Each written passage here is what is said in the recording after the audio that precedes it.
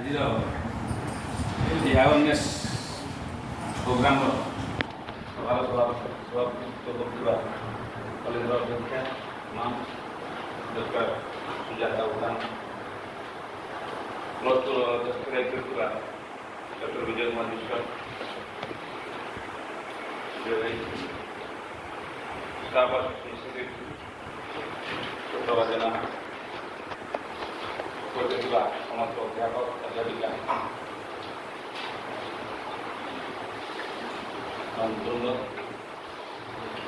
Madam କହିଲେ rule କଥା। ଆଜି ମୁଁ ଗୋଟେ ଗାଡ଼ି ଅନର୍ସ କ୍ଲାସକୁ ଯାଇଥିଲି, ମୁଁ ଆସିଲା ପରେ ଋତୁ ଯାଇ ପହଞ୍ଚିଗଲା। ମୁଁ ଟିକେ ପ୍ରାକ୍ଟିକାଲ କଥା କରେ।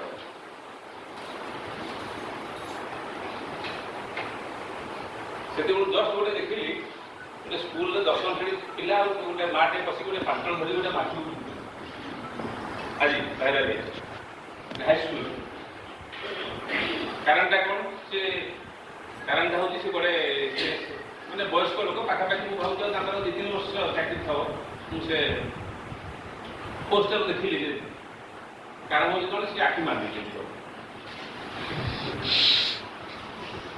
ଲ ପଏଣ୍ଟ ଅଫ୍ ଭ୍ୟୁ କହୁଛି, ମ୍ୟାଡ଼ାମ ଯେଉଁ କଥାଟି କହୁଥିଲେ, ଆଇନ କହୁଛି ଗୋଟେ ନାରୀକୁ ବା ଗୋଟେ ଝିଅକୁ ଗୋଟେ କେମିତି କରି ଆଖି ଅନେଇ ଯାଉଛି, ଦଫା ଲାଗିବ, ନିଶ୍ଚିତ ଦଫା ଲାଗିବ। ତେଣୁ ସେ ପଏଣ୍ଟ ଅଫ୍ ଭ୍ୟୁରୁ ଆମର ଏଇ ଯେଉଁ ଆଲୋଚନା ଯେଉଁ ଟପିକ୍ ଆମେ କରୁଛେ, ଏ ଯେଉଁ ଟପିକ୍ ଉପରେ କରୁଛେ, ଏପଟ ସାଇଡ୍ ସେଫ୍ ଜୋନ୍ରେ ଅଛନ୍ତି, ଏପଟ ସାଇଡ୍ ଆମର ଡେଞ୍ଜର ଜୋନ୍ରେ ଅଛି। ମୁଁ ପ୍ରାକ୍ଟିକାଲ କଥା କହେ। 93 ଡିସେମ୍ବର ମୁଁ ଏଠୁ ଚାକିରି ଆରମ୍ଭ କଲେଣି, ପ୍ରଥମେ ପିଜି ପିଲାଙ୍କୁ ପଢ଼େଇଲି, ତାପରେ ଶୁଭେନ୍ଦୁ ବନ୍ଧୁ ଆସିଲେ। ଏ ଭିତରେ ଏମିତି ଘଟଣା କିଛି ଘଟିନି, ଏମିତି ସେମିତି କିଛି ନାହିଁ।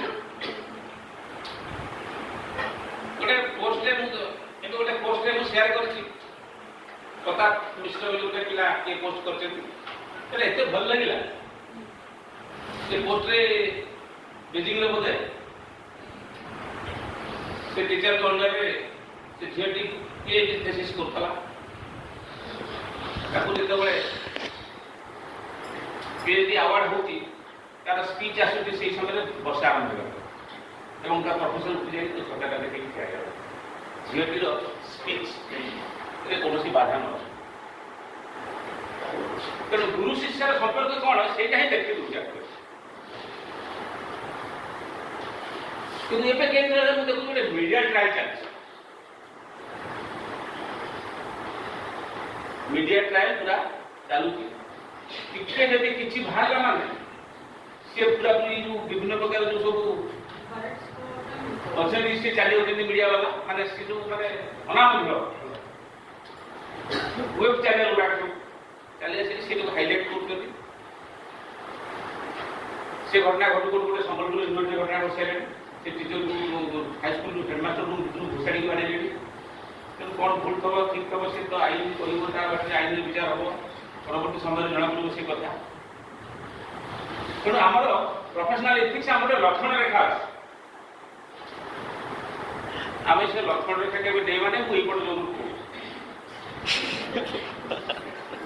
ହଉଛି କ'ଣ ନା, କ୍ଲାସରେ ପଢ଼େଇବେ, ଯଦି ଝିଅ ପିଲା କେବଳ ଅଛନ୍ତି କବାଟକୁ ଆଉ ଦେବେ ନାହିଁ, ଭୁଲେ ବାହାରେ ଯେତେ ପାଠ ନ ହଉ ପଛେ ପିଲା ଯଦି ହୋହାଲା କରିକି ଯାଉଥିବେ, କବାଟ ମେଲା ରଖିକି ପଢ଼େଇବେ, ଆଉ ଦେବେ ନାହିଁ କବାଟ। ଯଦି ପୁଅ ଝିଅ ଏକାଠି ଦେବେ, କିଛି ପିଲା ଦେବେ, କିଛି ଅସୁବିଧା ନାହିଁ। ପୁଅ ପିଲା ଯଦି 10 ବାଟି ଦେବେ, ଝିଅ ପିଲା 10 ବାଟି ଦେବେ, ତାହେଲେ ପିନ୍ ଡ୍ରପ୍ ସାଇଲେଣ୍ଟ ହେଇଯିବ, ଟିଚର ତାର ପଢ଼େଇବ, କବାଟ ଆଉ ଦେଇପାରେ, କିଛି ନୋ ପ୍ରୋବ୍ଲେମ୍। କିନ୍ତୁ ଯଦି ଝିଅ ପିଲା କେବଳ ଥିବେ, 5ଟା ଥାଆନ୍ତୁ 10ଟା ଥାଆନ୍ତୁ, କବାଟ ମାଷ୍ଟର ଆଉ ଦେବନି, ଫାଇଦା।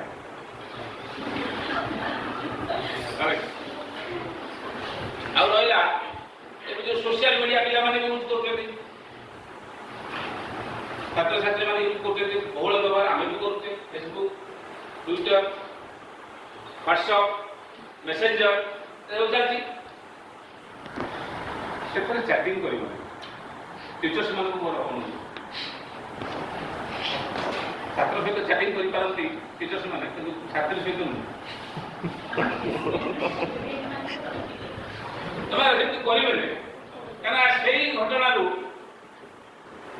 ମାନେ କିଛି ଦିନ ପରେ ହୁଏତ ସେ ଗୋଟେ କ୍ଷୀର ବାହାର ହେଇକି ମୋତେ ରାତି 12ଟା ବେଳେ ବାଟେ ହେଇକି ମୋତେ ମେସେଜ ଦେଇଥିଲେ। ମେସେଜରେ କିଛି ଅସୁବିଧା ନଥିବ, ରାତି 12ଟା ବେଳେ କାହିଁ ମେସେଜ ଦେବେ? ସେଇଠୁ ଛିଡ଼ା ବାହାରିବ। ତେଣୁ ଆମର ଯେଉଁ ମୁଁ କହିଲି ଲକ୍ଷ୍ମଣ ରେଖା, ଆମେ ପୁରାପୁରି କନସିୟସ୍ ହେଇକି ଷ୍ଟେପ୍ ନେବା। ମୁଁ ସେଇ କଥା ଯେତେବେଳେ ଆଇଲି ପଲିଟିକାଲ ଡିପାର୍ଟମେଣ୍ଟରୁ ସାରିକି ମୁଁ କହିଲି ରିଟାୟାର୍ଡ କରିଯାଆନ୍ତୁ ଏ ପରିସ୍ଥିତି ଦେଖିବି, କିନ୍ତୁ ସାର୍ ଆମେ କ'ଣ କରିବୁ? ଆମର ବହୁତ ଚାକିରି ଅଛି, ବହୁ ବର୍ଷ ଚାକିରି ଅଛି, କିନ୍ତୁ ସାର୍ ଆମେ କ'ଣ କରିବୁ? ମାନେ ଏମିତି ଗୋଟେ ପରିସ୍ଥିତି ଏମିତି ଗୋଟେ ଲାଗୁଛି କେତେବେଳେ କାଳେ କ'ଣ ଉଠିଯିବ। ଆଉ ମୁଁ ପୁଣି ପ୍ରେମ କବିତା ଲେଖେ ସମୟ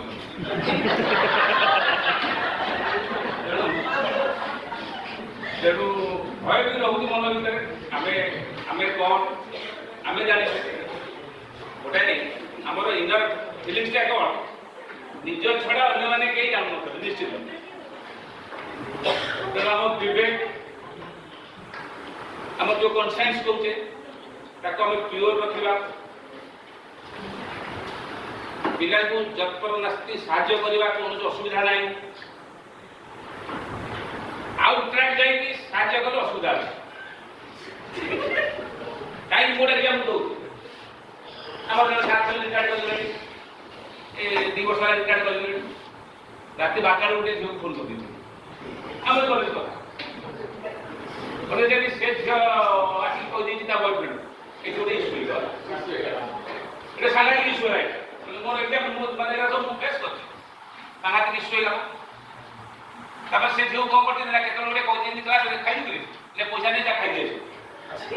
ସେ କହିଲା ଯେ ଏତେ ପିଲା ଆସିକି ମୋତେ କାହିଁକି ପଇସା ଦେଉଛନ୍ତି, ତାଙ୍କର ଲକ୍ଷ୍ୟ ଅଲଗା।